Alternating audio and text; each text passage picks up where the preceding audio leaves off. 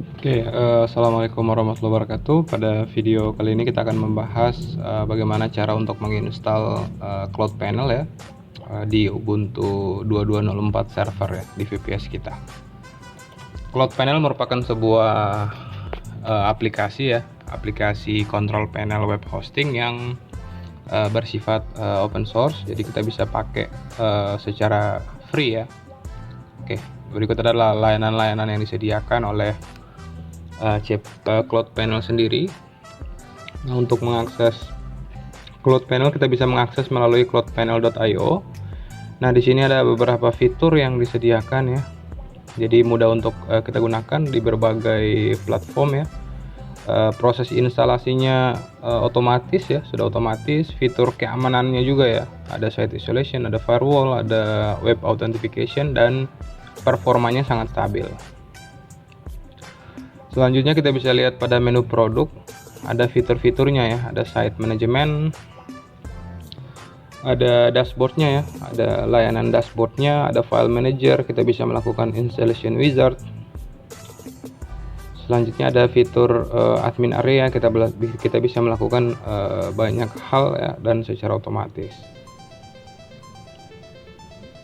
Selanjutnya kita bisa masuk ke produk dan kita bisa lihat teknologi yang digunakan ya. Stack teknologi dapat diinstal di berbagai infrastruktur ya, dan mendukung beberapa banyak sekali aplikasi. Ada Node.js, ada Redis, dan lain sebagainya, dan hanya membutuhkan CPU dan RAM yang sangat kecil ya. Di sini mendukung banyak sekali, ada PHP, ada Yarn, ada fitur-fitur lain yang dibutuhkan, dan sudah mendukung banyak fitur-fitur aplikasi ya. Ada Laravel, ada CodeIgniter, ada banyak ya. Jadi menurut saya dengan Cloud Panel ini kita sudah disediakan sebuah fitur web hosting control panel yang sangat powerful ya. Kita langsung saja. Untuk menginstal Cloud Panel ini kita cukup mengetikkan perintah ini ya, menyesuaikan dengan versi dari sistem operasi yang kita gunakan. Jadi Cloud Panel hanya bisa diinstal pada sistem operasi Linux yang berbasis Debian base ya. Di sini kita bisa install di Debian 11 dan Ubuntu 22.04. Untuk itu kita langsung saja mulai proses instalasinya.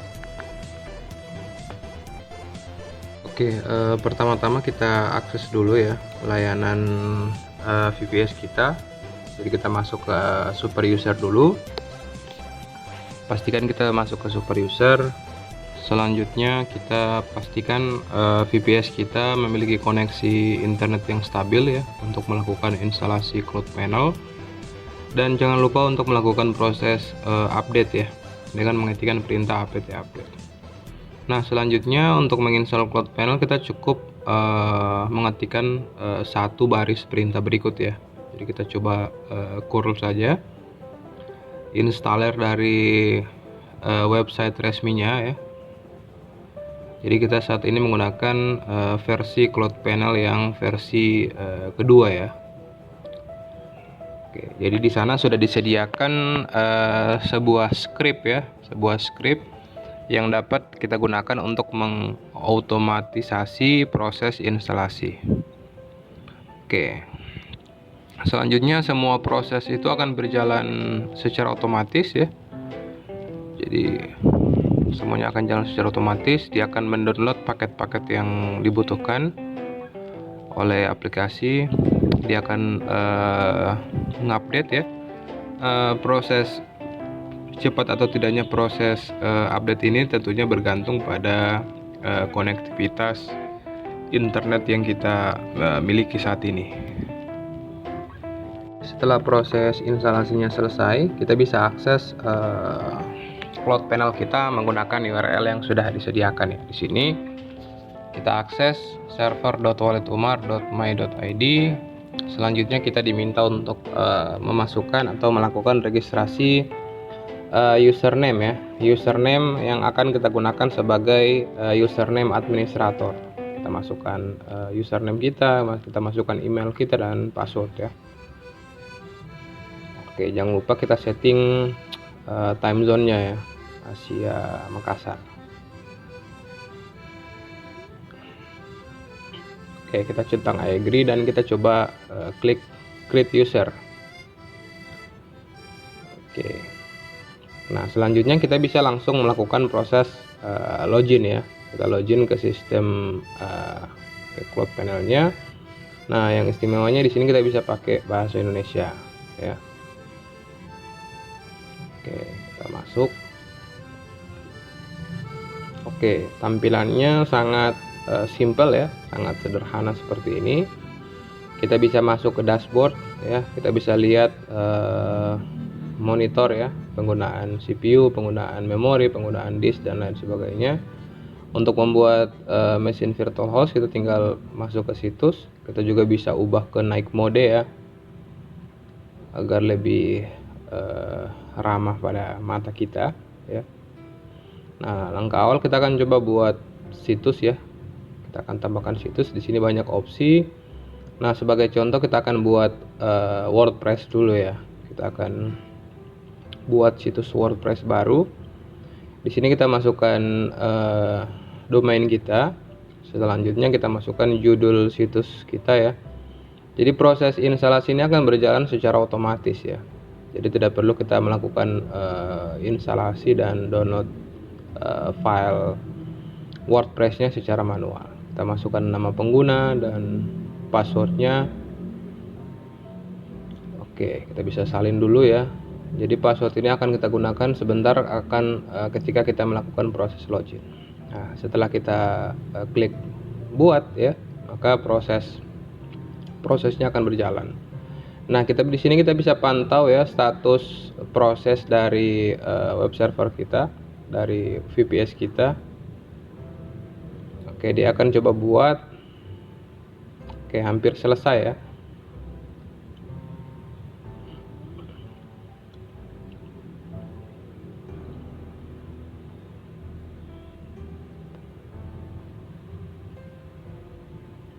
Oke, nah ini website WordPress kita dengan domain demowp.walitumar.my.id sudah berhasil dibuat ya. Kita bisa lihat ini adalah informasi terkait username, password, database, dan hal-hal lainnya ya yang kita butuhkan. Jadi ada user untuk WordPress-nya ya dan lain sebagainya. Oke, selanjutnya kita akan coba akses WordPress kita yang sudah kita install. Kita buka di tab baru. Oke. Nah, di sini masih ada status warning HTTP ya. HTTPS-nya masih belum valid. Oke. Kita coba masuk ke WP admin untuk kita akan coba login ya. Menggunakan username yang sudah diberikan. Kita masukkan password. Kalau sudah kita login, nah, harusnya kita sudah masuk di halaman dashboardnya ya. Oke, kita sudah masuk di dashboardnya. Kita bisa masuk ke postingannya ya. Ada media, ada page dan lain sebagainya. Oke, kita selanjutnya kita bisa cek situs ya. Nah, di situs ini kita bisa melakukan proses konfigurasi. Kita masuk ya, kita kelola, kita manage. Nah, di sini akan kita coba tambahkan itu SSL ya, HTTPS-nya dari Let's Encrypt ya. Kita coba tambahkan sertifikatnya. Terus kita tinggal buat saja ya.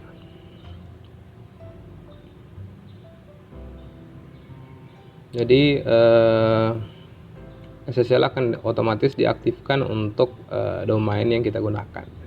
Kita bisa lihat di sini status Let's Encrypt-nya sudah berstatus ya. Oke. Nah, di sini juga kita bisa mengecek informasi terkait database kita ya, terkait domain kita, pengaturan PHP kita, PHP berapa yang digunakan ya, memori limitnya. Kita bisa setting semuanya di cloud panel ya. Nah, di sini ada fitur page speed ya. Kita bisa gunakan fitur page speed ini untuk mempercepat proses loading dari website yang kita gunakan ya. Kita bisa lihat konfigurasi virtual hostnya, database-nya, ada varnish database, ada SSL TLS, ada untuk keamanan virtual host kita ya. Oke, kalau kita pakai domain di Cloudflare, kita bisa aktifkan, kita bisa buat user untuk login via SSH atau FTP, dan ini adalah file manajernya ya. Nah, kita bisa mengupload file ya. Kita coba upload file, sebuah file ya, file yang lumayan kecil ya.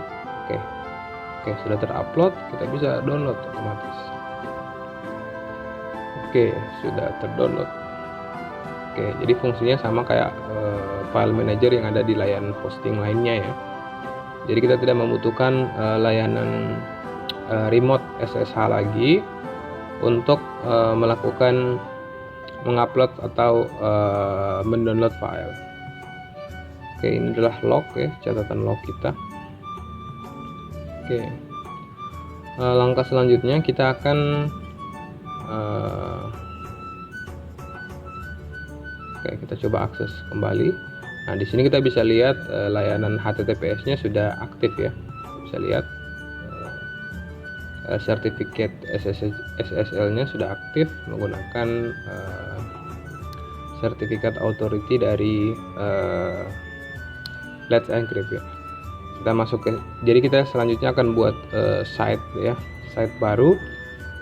Kita akan coba buat halaman site statis. Nah, di sini kita tinggal masukkan domain kita ya.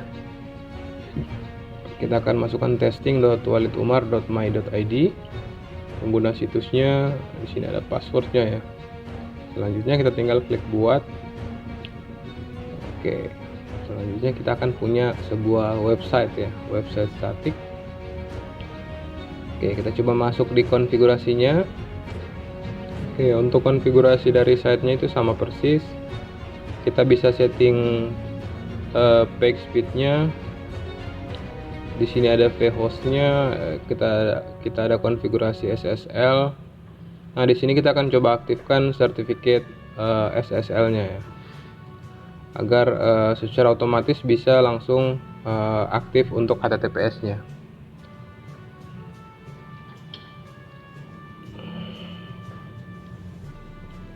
Oke, sudah aktif ya. Selanjutnya kita bisa langsung testing ya. Oke, di sini kita akan coba tambahkan autentifikasi, nama penggunanya, passwordnya TKJ. Jadi ketika kita mengakses site kita itu akan diminta lagi untuk melakukan proses autentifikasi. Oke. Ini tampilan halaman statisnya. Kita bisa edit ya halaman ini melalui file manager ya, atau pengelola file. Kita bisa masuk ke htdoc. Sini testing. Selanjutnya kita masuk ke index. Nah, untuk mengedit kita bisa double klik ya. Oke. Kita akan masuk ke site-nya, ke halaman editornya ya. Sini kita bisa edit sesuai dengan keinginan kita.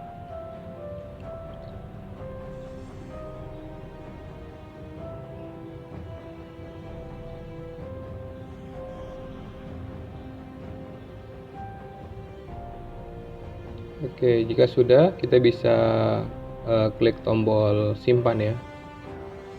Oke, file kita sudah tersimpan. Selanjutnya kita bisa refresh sini. Oke, sudah berhasil membuat sebuah halaman statik ya. Oke, sekian video tutorial kali ini. Semoga apa yang saya sampaikan bermanfaat.